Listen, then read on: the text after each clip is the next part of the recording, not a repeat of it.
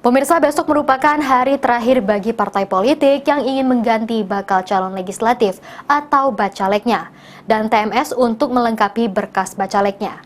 Hal ini dikemukakan Komisioner KPU Ogan Ilir Divisi Teknis dan Penyelenggaraan Pemilu, Robby Ardiansyah.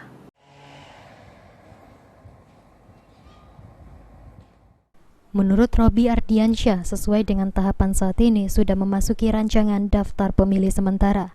Untuk itu dari tanggal 6 Agustus hingga 11 Agustus atau selama 5 hari diberikan waktu kepada partai politik untuk melengkapi berkas bacalek TMS atau partai politik dapat mengganti bacaleknya yang sebelumnya diusulkan diawali.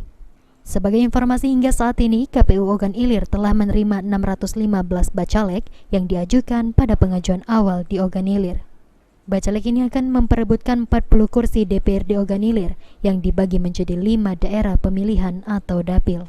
Hari terakhir TMS berkas bacalek dan penggantian bacalek oleh partai politik diterima KPU Ogan Ilir pada besok Jumat 11 Agustus 2023 pada jam kerja. Untuk saat ini kita masih masuk di dalam tahapan penyusunan DCS. Lebih detailnya kita masuk ke rancangan DCS. Jadi dimulai dari tanggal 6 Agustus sampai dengan tanggal 11 Agustus ya, jadi 5 hari.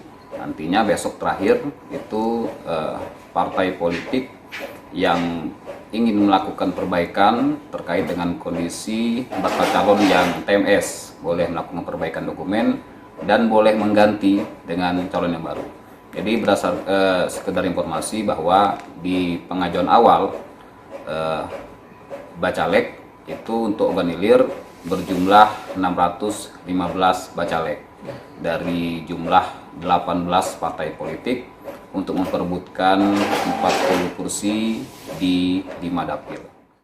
Ahmad Romawi, PAL TV.